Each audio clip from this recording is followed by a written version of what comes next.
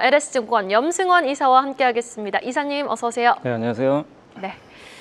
자, 오늘 6월 수출 데이터가 발표됐는데 너무 성적이 잘 나왔어요. 진짜 이거 관세 여파 있는 거 맞나 싶을 정도로 반도체는 뭐 역대 6월 최대 수출을 기록했고 자동차도 뭐 선방을 했던 것 같은데 전반적인 수출 데이터를 보셨을 때 이사님은 이 부분이 가장 눈에 들어왔다. 그리고 투자의 맥을 짚으려면 여기를 집중해야 된다. 딱 있을까요? 일단 이제 가장 눈에 들어온 거는 좀 자동차 같아요. 왜냐면 이제 반도체는 어차피 계속 좋았기 때문에 이게 반도체 같은 경우는 수출이 계속 좋은 게 지금 HBM이 워낙 지금 업황 자체가 좋잖아요. 네. 그래서 아마 이제 뭐 미국 쪽도 있겠지만 특히 최근에 대만 쪽으로 수출이 많이 늘었거든요.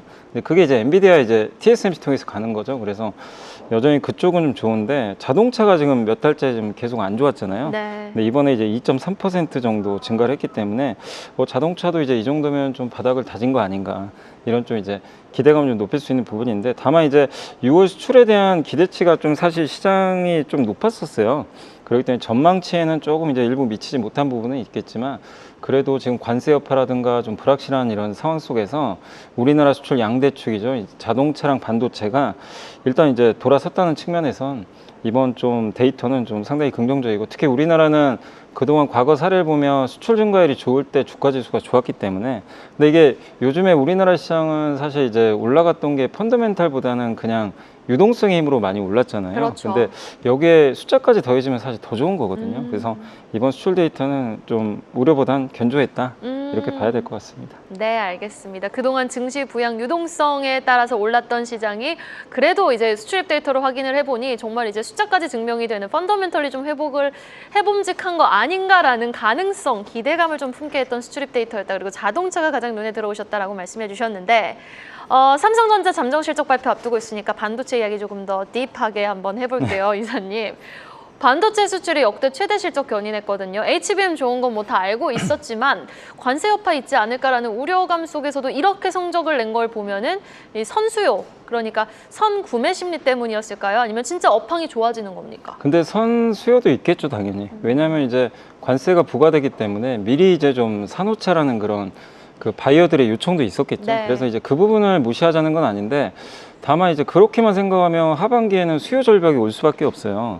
근데 지금 최근에 반도체 기업들 주가 다 좋잖아요. 네. 그러니까 이걸 봤을 때는 선수요도 있겠지만 사실 아직 반도체는 관세 부과도 지금 안 된 상태고 제가 봤을 때는 관세 부과할 가능성 거의 없다고 봐요.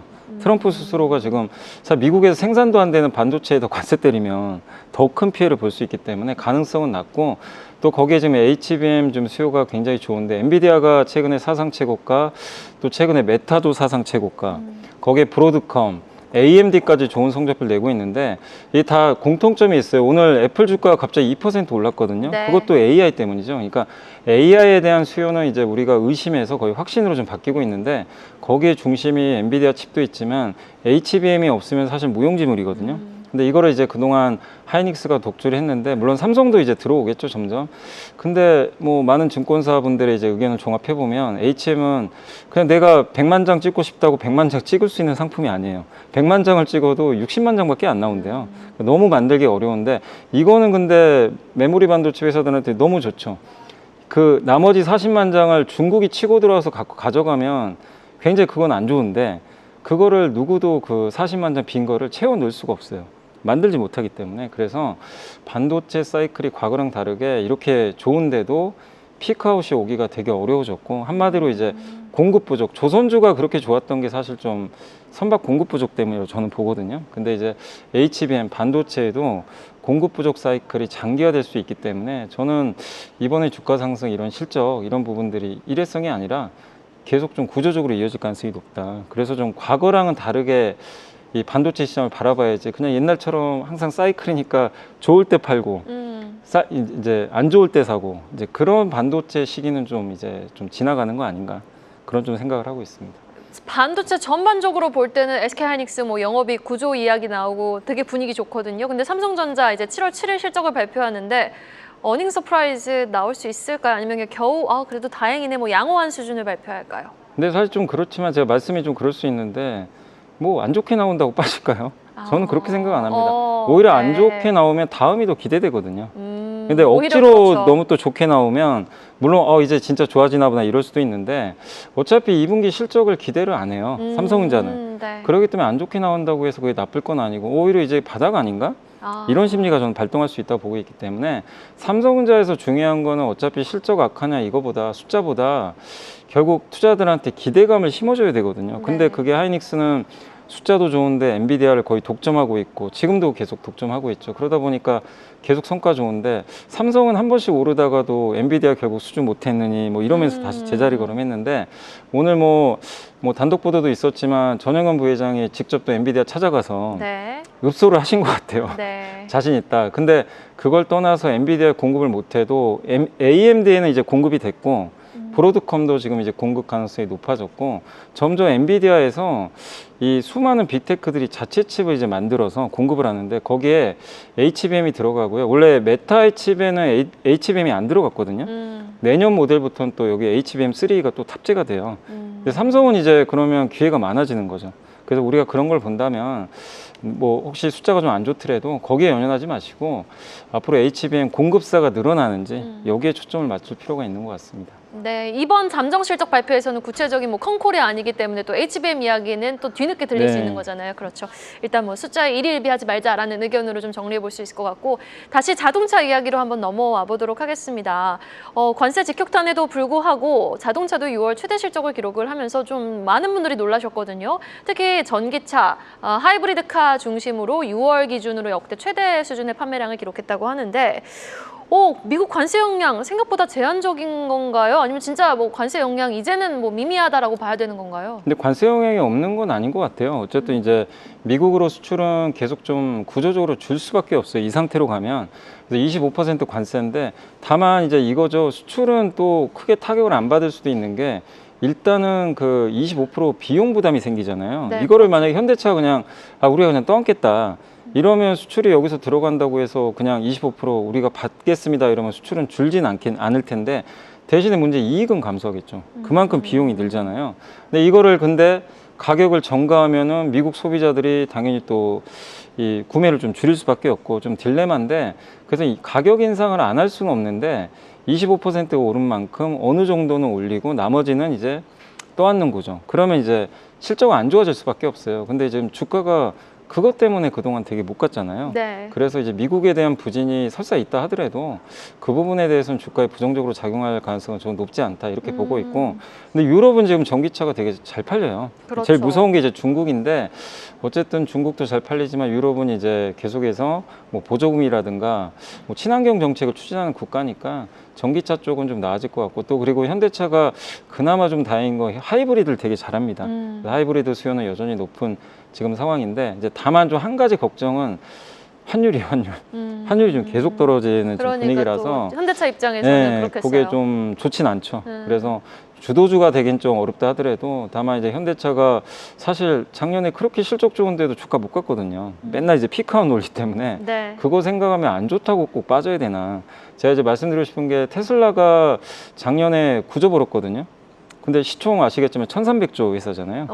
근데 현대차는 작년에 13조 벌었는데 네. 시총이 40조밖에 안 됩니다. 그렇게 생각해 보면 정말 물론 뭐 저평가네요. 테슬라랑 비교하기는 좀 네, 직접 네. 비교는 어렵지만 그래도 본질은 자동차 회사들이잖아요. 본질은 네, 그것만 그럼요. 놓고 봤을 때는 사실 현대차가 너무 저평가된 거 아닌가. 이제 너무- 그런 밸류 관점으로 보면 지금의 뭐 너무 저 관세 일희일비할 필요는 전혀 없다 이렇게 네. 좀 생각은 하고 있습니다. 딱 숫자라만 딱 느껴졌을 때 너무 안타깝다라는 생각이 먼저 드는 만큼 일단 뭐 삼성전자도 그렇고 자동차 쪽도 그렇고 바닥은 우리가 확실히 확인한 것이 맞다라고 얘기를 해주셨습니다. 네.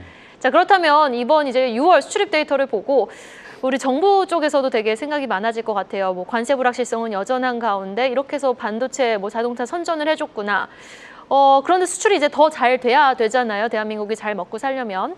정부가 나올 뭐 액션이라든지 추가적인 뭐 조치 같은 예상 시나리오가 있으시다면 어떤 게 있을까요? 일단 이제 우리나라가 제일 급한 게 내수 쪽이니까 내수는 최악이고 수출은 그동안 좀 좋았거든요. 네. 근데 이제 수출까지 이제 약간 꺾일 가능성이 있기 때문에 근데 이러다가 좀 둘 다 지금 악화될 수 있으니까 정부 정책은 일단 내수가 우선인 것 같아요. 그래서 이번에 이제 소비 쿠폰도 발행을 하고 근데 이제 그거는 어쨌든 이제 소비 쿠폰을 직접 국민들한테 이제 주게 되면 당연히 부양은 되겠죠. 그래서 그 부분도 이제 좀 해소가 될 것 같고, 그래서 피치도 이제 내년에 우리나라 경제 성장 전망치를 1.4에서 1.8로 올려버렸어요. 그래서 상당히 좀 긍정적인데, 그럼 이제 수출은 근데 우리 정부가 어떻게 할 방법은 사실 딱히 없습니다.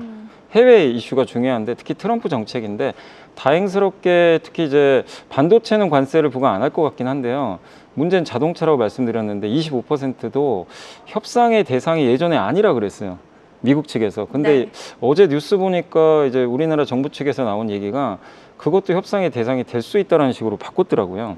그럼 이제 우리나라 정부가 지금 이재명 대통령도 이제 방미 가능성이 좀 나왔잖아요, 뉴스로. 그래서 정상회담을 하게 됐을 때 저는 그래도 25%보다는 좀 낮은 수치. 이번에 영국이 10%로 딱 결정됐잖아요. 쿼터제 해가지고. 근데 어쨌든 이제 현대차가 앞으로 근데 영국하고 대한민국의 입장은 조금 다르잖아요. 다르긴 한데 네. 어쨌든 이제 10% 하는 대신에 10만 대 이상은 안 된다. 네, 근데 네. 그만큼 근데 어쨌든 그 이상 팔면 이제 관세가 부과 더 되는 건데, 근데 현대차 입장에서는 저는 관세만 낮다면 쿼터제도 아주 나쁜 건 아니라고 보는 게, 왜냐하면 그만큼 수출 못하는 걸 다른 나라로 돌리면 되고요. 또 한 가지가 이번에 조제 공장 가동 들어갔기 때문에 거기서 비중을 좀 많이 늘려주면 현지 생산 비중 어차피 늘어나거든요. 네. 그래서 협상의 묘미를 좀 잘 발휘한다면 저는 뭐 어쨌든 25%보다는 낮아지지 않을까. 그래서 좀 그런 부분만 정부가 좀 잘 좀 해준다면 좀 수출도 숨통이 트이지 않을까 이렇게 생각하고 있습니다. 네, 알겠습니다. 자, 이제 본격적인 뭐 추경 편성도 됐고, 이에 따라서 소비 쿠폰 발행된다, 뭐 이런 뉴스 계속 들려오고 있는데, 이렇게 소비 진작에 나선 정부 정책에 따라서 우리 경제 조금 이제 숨통이 트일지도 궁금하고요. 3,100선까지 올라온 우리 증시 추가적인 상승 동력 어떤 포인트가 있을지 좀 꼽아주신다면. 근데 뭐 다들 아실 거예요. 이제 왜 이렇게 강한지는 저보다 이제 네, 더 다 잘 아시죠. 아실 건데, 이제 그 여기서 상법- 더 오르려면. 예, 근데 이제 그거 과연 더 갈 수 있을까? 이 고민은 되게 큰데, 사실 주식시장은 항상 기대감과 실적의 싸움이거든요. 근데 실적은 지금 우리가 검증하기 어렵습니다.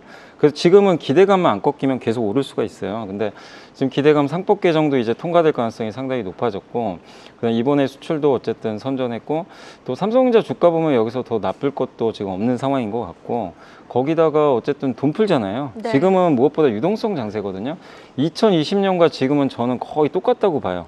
그때도 이제 그때 언택트에다가 돈 풀었죠. 지금은 AI에다가 돈 푸는데 하나가 더 있죠. 이젠 소액주주 가치가 올라가는 이 그림까지 있으니까 훨씬 더 길게 가지 않을까. 그래서 저는 어쨌든 아직 끝나지 않았다. 좀 끝나지 계속 주식을 함부로 팔아서는 안 될 것 같다. 아. 이 말씀을 좀 드리고 싶습니다. 함부로 상단도 논할 수 없고 함부로 팔아서도 안 되는 시장이 도래했다라고 말씀을 해주셨습니다. 3,300포인트는 넘어가야죠. 우리 4년 동안 너무 고생 많았어요. 그래서 더 가야죠. 네. 반등다운 반등 이번 시장에 좀 아주 제대로 나오길 바라보겠습니다. 지금까지 LS증권 염승환 이사님과 함께 이야기 나눠봤습니다. 말씀 고맙습니다. 감사합니다. 계속해서 다양한 경제 이슈를 알고 싶다면 구독과 좋아요, 알림 설정 부탁드립니다. AI 캐스터 권미정이었습니다.